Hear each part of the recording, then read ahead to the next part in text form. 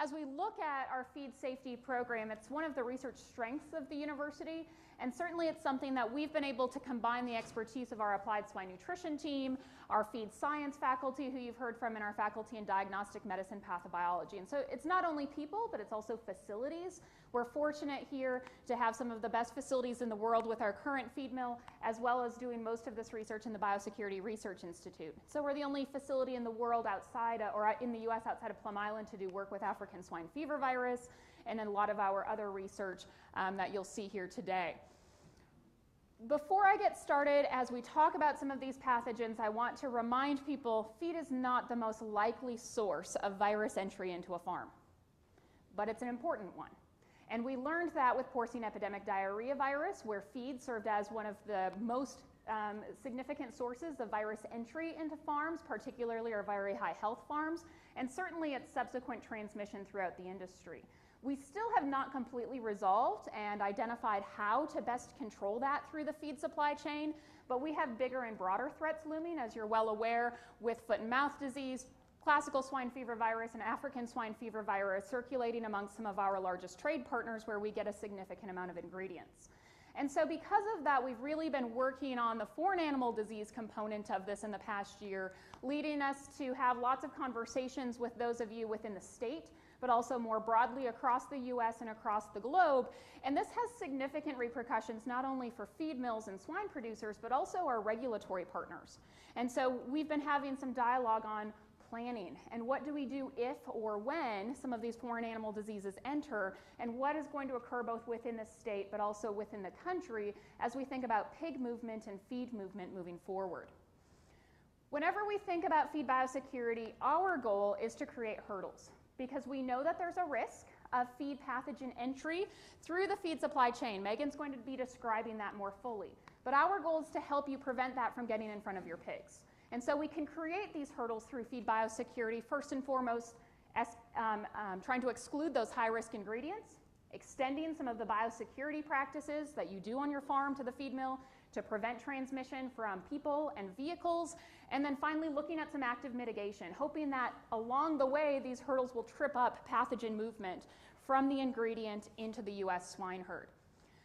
First, we're going to talk about excluding high-risk ingredients, and that seems relatively logical. I know a number of you started to do this after PEDV, and we continue to look at this and how to do this most effectively. Steve's going to really talk through most of this, but we have to first characterize what are high-risk ingredients. And there's kind of two sectors that we have to think about. First, the ingredient has to get contaminated with a pathogen in the first place. Something like a synthetic amino acid is not likely to get contaminated with a pathogen, compared to something like an organic soybean meal or a corn cob carrier that's dried on the side of the road in a country that has circulating virus amongst its wild pig population. And so the likelihood of a contamination is an important factor, as is its potential survivability upon transport into the US. Megan Niederwerder will talk through the data and research that she's led looking at African swine fever virus survivability. But we've done this now in a number of different pathogens. We've looked at survivability in feed ingredients in Salmonella, in PEDV, in a number of our other viruses that Megan will talk through, and we're starting to see that there are some ingredients that have characteristics that just tend to harbor viruses. And they just tend to be the ones that over different pathogens and across different pathogens, there's something about them that the pathogens live in them for a longer period of time. We don't have all of this figured out yet, but anecdotally what it seems to be is that in that porcine-based ingredients, vegetable-based carriers, they're good at carrying things, whether it's pathogens or other things that we want them to be delivering, natural protein sources, and then ingredients with high surface area to mass ratios. So for example, we're seeing survivability to be much greater in soybean meal than what we would in a whole soybean. And when you look at the physical composition, that maybe makes some sense. But if we think about a high-risk ingredient and what makes it high risk, it has the likelihood of being contaminated in the first place, and that ingredient can survive, or the pathogen can survive in that ingredient to get in front of an animal. We also have to start thinking about extending our biosecurity practice from our farms to our feed mills. We've been talking about this now for a number of different years. I think we did this pretty effectively post-PEDV or in the midst of it. Most of the swine feed mills I walked through this summer had receiving mats off to the side and gathering a fair amount of dust on them. As we move into winter, it's time to really look at these different priorities again, particularly with the different foreign animal disease threats that we have looming. And so start thinking about a number of these options. All of those things you do on your farms, if you're feeding sows, do the types of things you're doing at your sow farm to your feed mill. For example, this summer I saw someone that was I was in a sow feed mill that was manufacturing feed for sows, pretty high health herd. And I see a truck driver scraping his feet or scraping his boots off into the pit. Okay, hey, what are you scraping off? Oh, I just have some manure from the county fair. True story. We would never allow someone with manure shoes from the county fair into our sow farms, but we allow them to walk across and through our facilities, and that's an important part of pathogen entry into our feed supply chain and ultimately into our U.S. swine herd. Because of that, one of the things we're considering and what we're really suggesting to feed mills and producers is to start conducting some surveillance to help you identify what is your highest risk of pathogen entry. Where should you be focusing your resources on this? So this is a confusing slide. I'm going to talk through it briefly. Along the y-axis and basically the height of the bars are simply it's Enterobacteriaceae contamination. Big, scary bacteria word. It's a family of bacteria. This family of bacteria is very commonly looked at as an indicator of hygiene in the human food world, in the pet food world, and even in the rendering industry. And so it's a family of bacteria that includes some bad ones, like Salmonella and E. coli, but it also includes some non-pathogenic species within it. All that it is, you can think of it as an indicator of fecal contamination. And so we'll go out and routinely monitor swine feed mills for this EBAC concentration over a number of different locations within the mill. What we're seeing, and this is just one specific mill that we had been in a few times, and they called us out because they said, hey, we just broke with Delta Corona, and we're wondering if our feed mill is maybe a point of entry or a source of where it's being located. We're not really worried about the feed. We're worried about the feed mill and people and vehicle movement through the feed mill.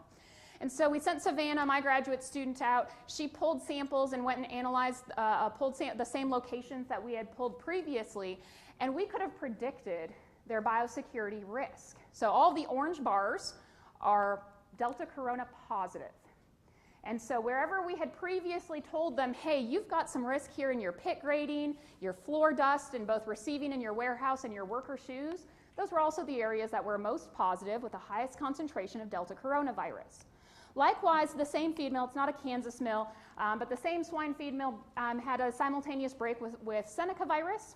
And they said, hey, we've got some Seneca virus floating through too. And so we went and analyzed the retained samples and found Seneca virus on the worker shoes from a sample 2 months before the sow farm broke.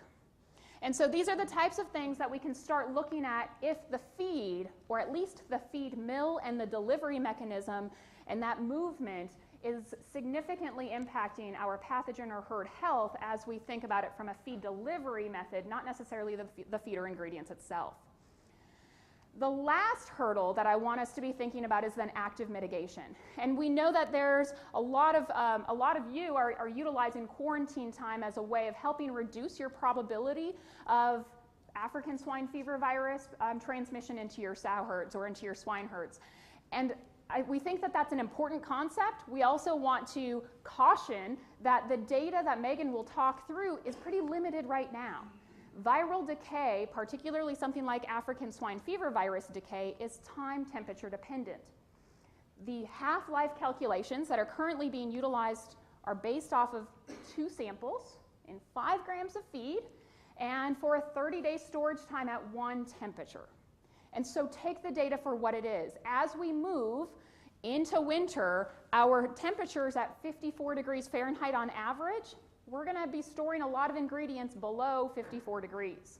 And that time temperature curve and the storage time necessary to decay African swine fever virus is likely much, much longer in a colder environment than at the average of 54 degrees on which these initial curves were built.